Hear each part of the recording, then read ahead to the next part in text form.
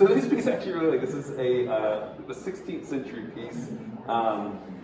This is an original piece. It's one of my favorites because of the perspective involved here. Because you got to remember, this is before you have drones, and it's clearly much higher than even a crow's nest up in the ship. And so, how this artist acquired this perspective is just fascinating to me. And I've looked back and I've looked at some of these maps from the same time period at the Port of Acapulco, which is represented here.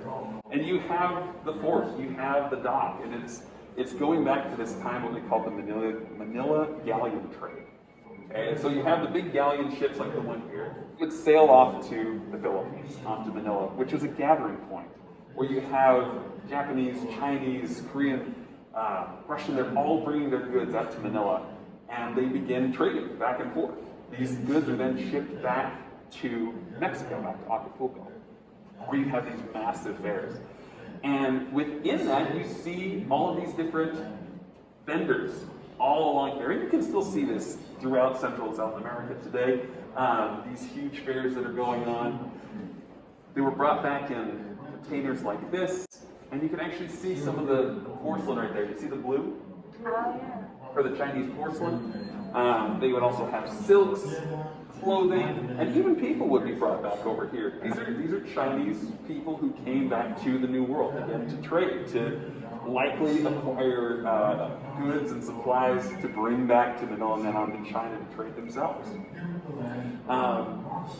Furs, gold and silver, all these things were heavily sought after over in Asia, and so people were procuring them here in Acapulco. And it was just speaks to the massive trade culture that existed, that was developed in Mexico and really then built out into the rest of the West.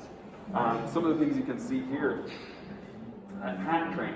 You see that running up and then out of the city right there? Now, one of the things I found so interesting about that is that Mexico, the supplies that were brought in here were then traded throughout the West. When I worked over at the Alamo, I had the opportunity to look through their collections, and some of it were some phenomenal pieces, Davy Crockett's vest and shot couch and cool things like that. But then they also had remnant pieces, things that were acquired through digging. And they dug through the church, the yards and whatnot, and some of the pieces were these blue porcelain pieces as well.